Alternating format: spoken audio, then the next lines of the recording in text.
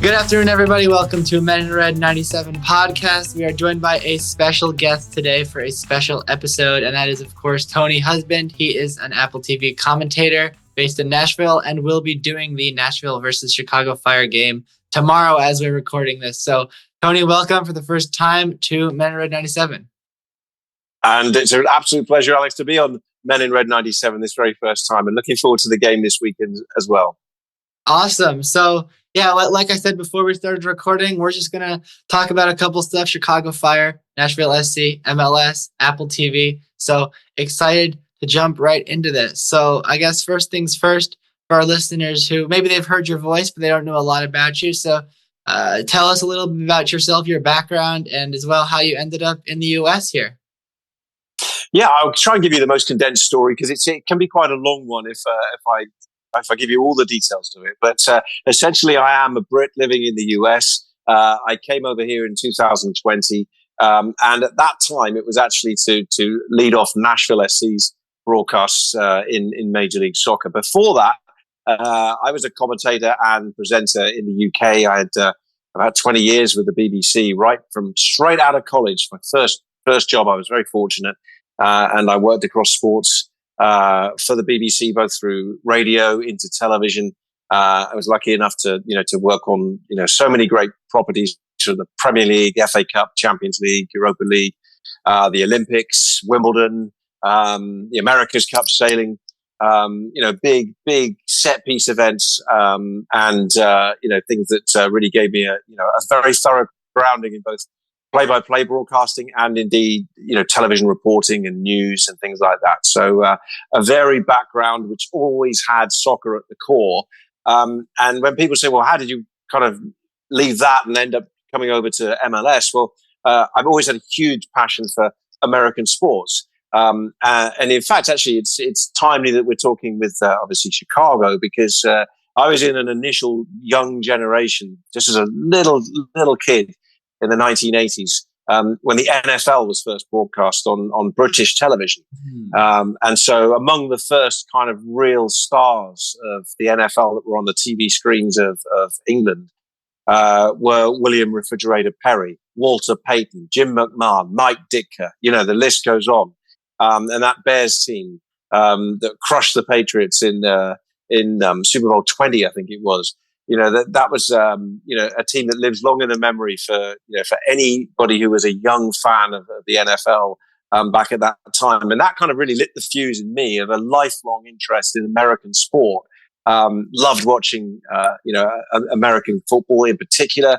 Got a little bit into baseball as well, and from that I actually would later on with the BBC broadcast some NFL coverage and indeed some Major League Baseball as well, from time to time, where we would take the American commentary, but we would have studio-based show in London, and I would be one of the hosts of that. So when the opportunity then kind of came over through a chance conversation with someone that there might be some opportunities in the States, I kind of tentatively said, "Oh yeah, that would be great. Let me know."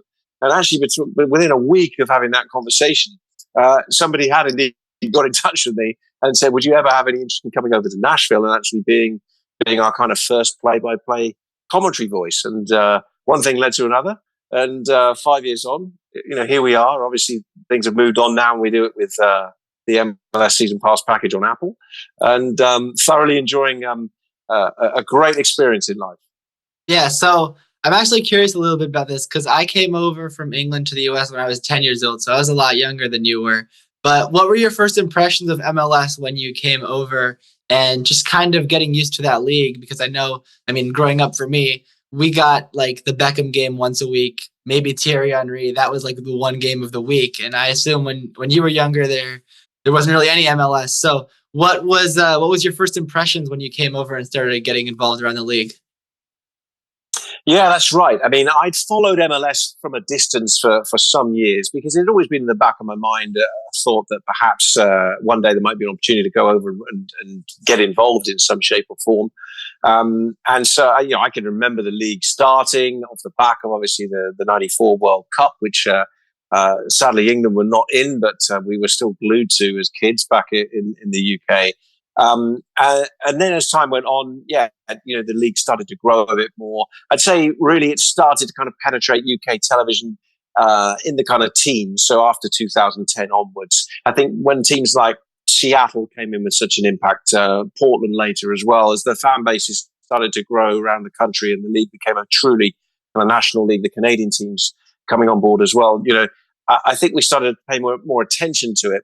And then, Saturday nights in the UK, you would have been working at a game in the afternoon. You come home and at some point you might be channel surfing and there would be an MLS game on from, say, Yankee Stadium or something with New York City FC playing. And so you would start to pay a bit more attention. The coverage was on a bit more. Weekly highlight shows were on a bit more. So you start to get a bit more knowledge of the league. But of course, and you may remember this from your very young days in England, the English soccer scene when you're in England is so all-consuming because you're not just following the 20 teams in the Premier League.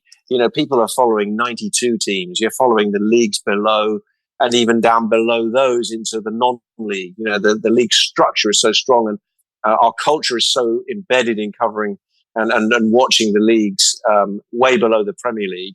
It doesn't leave too much space for following other leagues. But I think MLS is certainly something that came more on the radar as the league expanded in those years, particularly post-Beckham, who I guess gave it the Stardust moment in the noughties at least.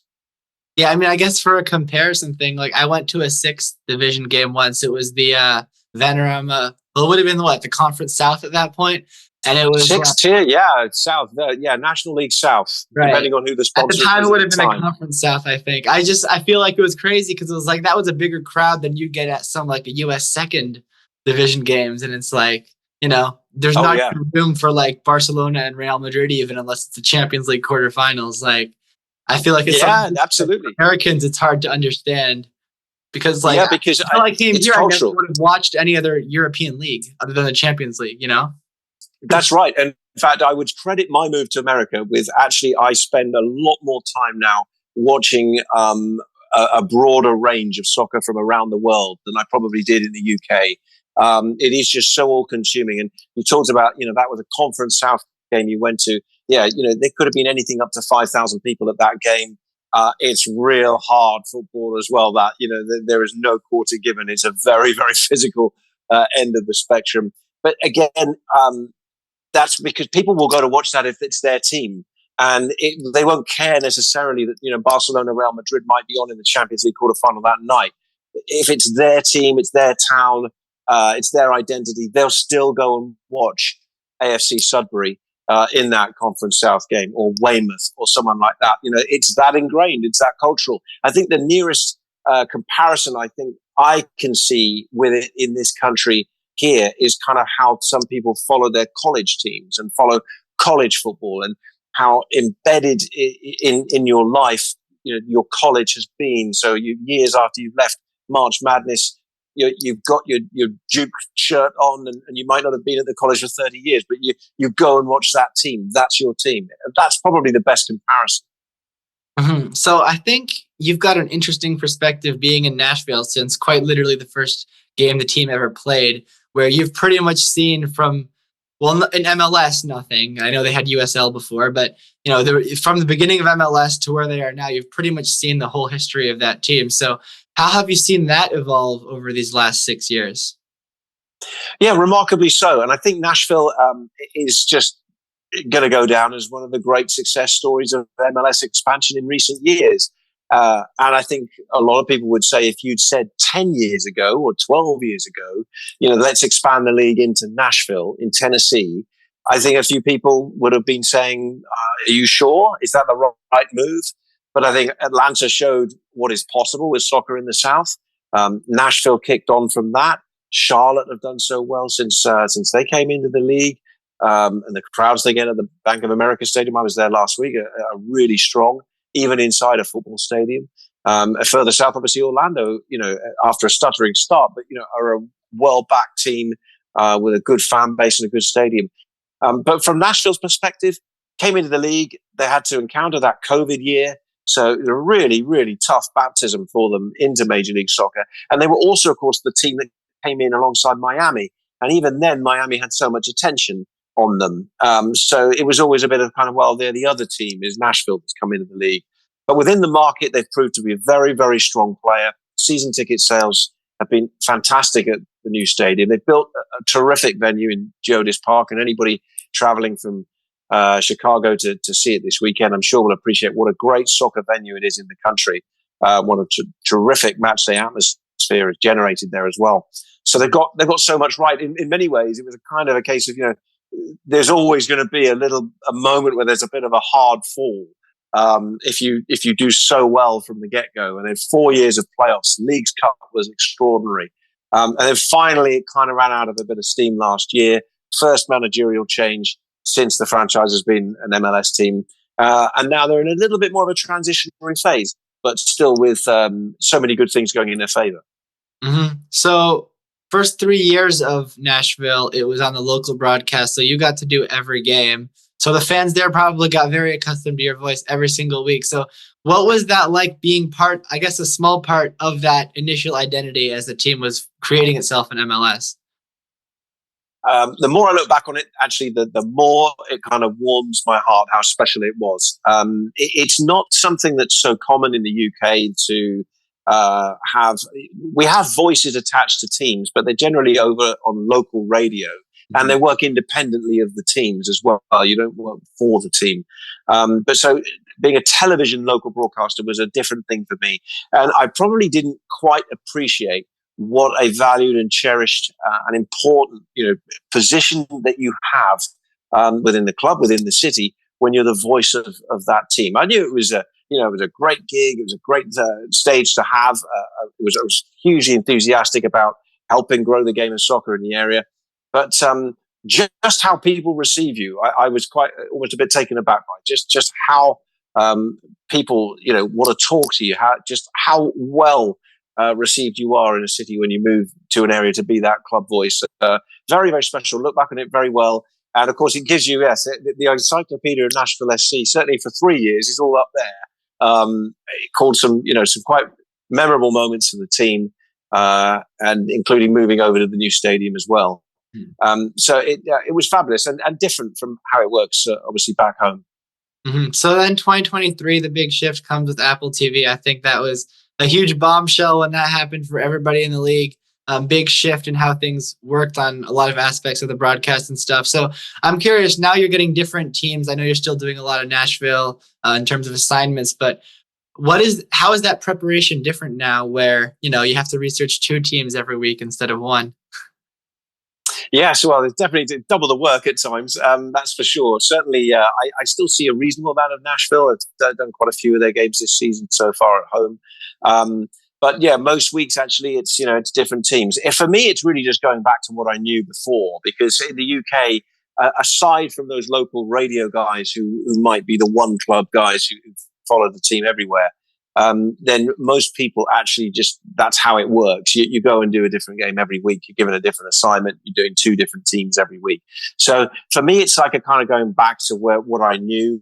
And yeah, it's just going back to being that kind of more straight down the line kind of, if it's world feed or whether it's domestic, a commentator giving the game and giving the game in a completely and wholly neutral fashion, and not really leaning one way or the other in terms of what you've prepped for. So, you pull the game right down the line, and the story will be whatever the story of the game is, aside, rather than perhaps if it was the Nashville broadcast, it would be what the story of the game would be from a Nashville perspective. So, it's like it was for me before, but obviously different to how a lot of people consume their sport here in this country, where it's local broadcasters, really aside from the NFL. Mm-hmm. And another thing I'm curious about is because MLS is a unique league in a lot of ways, but one thing is that it has 30 teams, whereas I feel like a Premier League fan, if you're just tuning in, you're a match-going fan, you probably have a pretty good idea about the majority of the 20 teams in the league. Even whether you follow it a lot or a little bit, you have a general idea. But with 30, that's 10 more teams. That's a lot. So has that been a challenge for you when there's so many teams that you can potentially have to cover? Yeah, I mean, 30 teams, you're right. It's a big league. It's a lot of players to be across. I mean, just this week with the primary transfer window closing this week. The amount of moves we saw and the kind of things I was trying to take either a mental note of or indeed writing it down somewhere. Okay, right, he's gone here, they've gone there. There was a lot going on. And it does require a lot of work and research. I mean, I think people see us, obviously, they see us at the ground on match days and in the stadium, in the booth and doing the game. And people rightly say, and absolutely rightly say, it's a fantastic job. It's a wonderful, privileged position to be in, to be doing something you love and, commentating on sports. But there's a lot of work goes into it as well in the days leading up to it. The preparation is significant, and actually, what they afford you here in the US in terms of the time you're given with both coaches and players before a game means that you're often, it's days of preparation and work that lead into ultimately a 90-minute broadcast on a Saturday night usually. So over the course of the last couple of years, we've spoken to a few of the different broadcasters and stuff. I know everybody has a different ways to prepare themselves for the game. So can you walk me through what those couple of days leading up to Saturday usually look like for you? Yeah, definitely. I mean, to be honest with you, I could even probably say in some ways your preparation for the following week's game even starts the week before on the Saturday night, because if I'm in, say, particularly actually if I'm in somewhere where I'm doing a central time game, so like tomorrow with the Nashville Chicago games, 8:30 Central. So the Eastern time games, the earlier Eastern games will have started. So I'll look. I've got Columbus and Charlotte next weekend, which is a good one up in Columbus. I'll probably take a token look at what the lineups for those two teams are when they come out tomorrow. Even though I'm focused on Nashville and Chicago, which is an 8:30 Eastern game, so your prep never really stops. And to trace it to where it actually starts from, it can go back a long way. But then, actually, as you get into the meat and drink of the week, for me, there's no substitute for just watching games. My primary role as the play-by-play guy is to tell you, is to spot who's on the ball, who's got the ball, what the stories are, what the significance of it is, editorializing the game, all those things. My co-commentator, more often than not, Ross Smith, does a fantastic job at breaking it all down and explaining why this stuff's happening. But for me, the prep really is down to just watching players all the time, watching games, knowing when something happens that is significant because I watched their game 2-3 weeks ago and I saw that happen then. I always remember with Chicago, I was fortunate in a sense, but again, it comes down to prep also to a degree. Chicago's game in Columbus a couple of years back under Frank Lopez, unfortunately, not a great memory for the Fire. Cucho scores 3 goals inside, I think, something like the first 20, 24 minutes of the game. Now, I had been on the mic when Frank Lopez had been in charge of Chicago when Hani Mukhtar had scored 3 goals within the first 16 minutes of the game at Nissan Stadium 2 years before that. And to be able to fall back on that knowledge and say, well, if you're a Chicago fan, you've kind of seen this rodeo before with a player scoring a hat-trick very early in a game. And in fact, Cucho's was the second fastest hat-trick from kickoff in MLS history at the time, behind only Hani Mukhtar's. Both have been against Chicago, and I'm sorry to say, both against poor old Frank Lopez when he's been in charge, because he was in temporary charge on the day in Nashville at the time, and then obviously he was the main manager the second time. So research comes down to hours of watching game film, if you like, and then a fair bit of the time just kind of sitting there and sifting through things, finding things. This weekend, I was really interested to see that Andrew Gutman and Jack Mayer had played together at college at Indiana, where Andrew had been actually college player of the year. Jack Mayer had been on that team with the Hoosiers, and it was his first year. Managed to spend some time talking to Andrew, get a little bit of background about that. So, yeah, it's intensive prep, and it's all hopefully designed to educate and entertain the audience watching the game. Mm-hmm. So I guess normally you talk to the head coach, I believe, on the Thursday. I know that's what they usually do in Chicago, at least. I guess, what is your scouting report on the Fire this time around as someone who, isn't following that team week in, week out? With Greg Berhalter, there have been a lot of eyes on the team this season, but what has been your perspective from what you've gathered so far?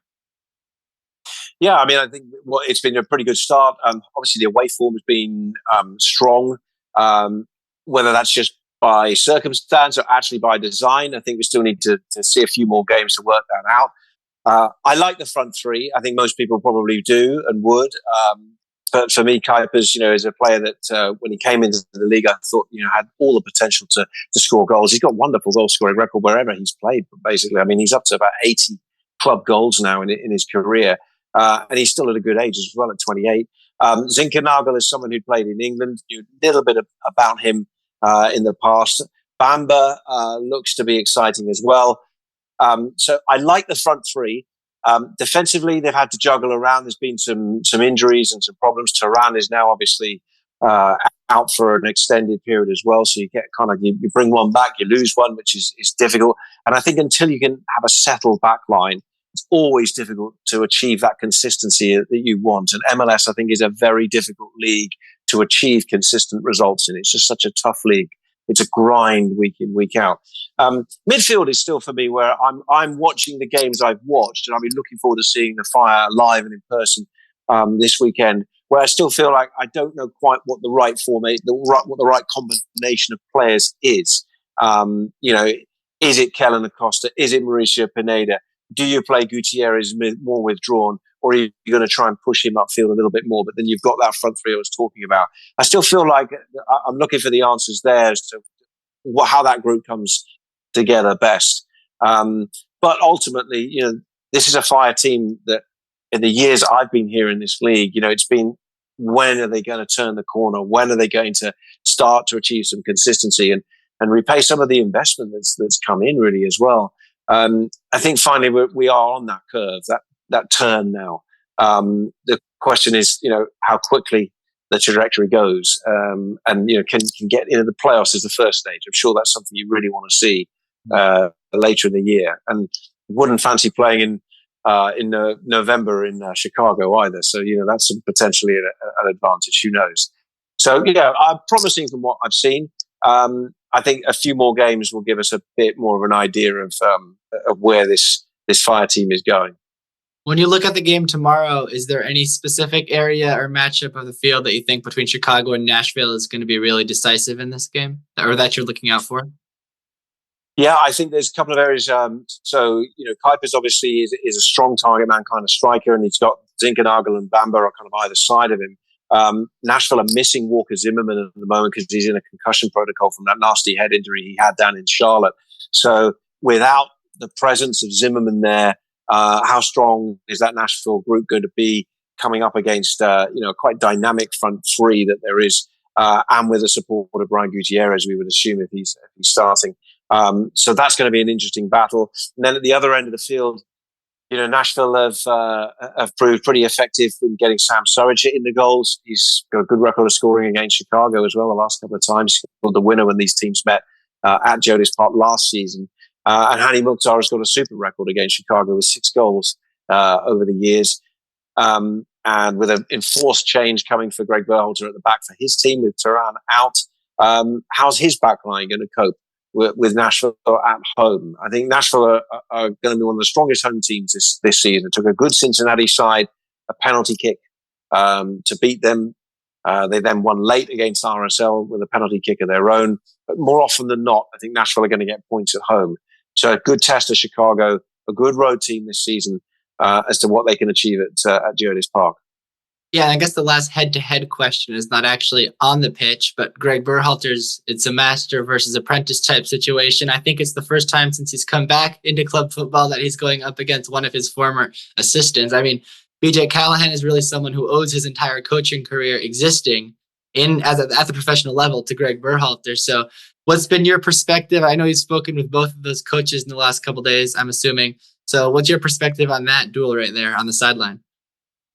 Yeah, do you know what? Well, I was going to let you in on something from chatting to both of them. The real duel between these two is on the pickleball court because the families are quite close, and every year they apparently play a bit of a pickleball tournament between them. BJ reckons to be the best pickleball player out of him and Greg. Greg was not quite so sure about that yesterday when we spoke to him. I think he said, yeah, BJ's a good player, but I think he feels he can beat him as well. Both wanted to be clear that it's about the players on the field, but absolutely no doubt, you're spot on there, Alex. BJ Callahan owes Greg Berhalter an awful lot. He took him on as an analyst for the US men's national team, and he saw the potential clearly that BJ Callahan had, advanced him and his career greatly. And he told us, he's not at all surprised that BJ Callahan now has this opportunity as a first team head coach in Major League Soccer. It's a great subplot to the game. They both know each other inside out. I think they both feel one of them might have a surprise up their sleeve in something tactically. Maybe there's a nuance they're going to do, because ultimately they know how each approaches the game, what their philosophy is, and how they want the game played. So I'm going to be very interested to see if we can spot what that surprise might be. But it's a really good subplot into the game, and we'll certainly get into it during the game. I hope the game is so good we don't have a lot of time to get into it, but it's certainly something we'll be touching on in our broadcast on Apple TV. Certainly. So the last thing, just before we wrap up, I just want to ask kind of a general question.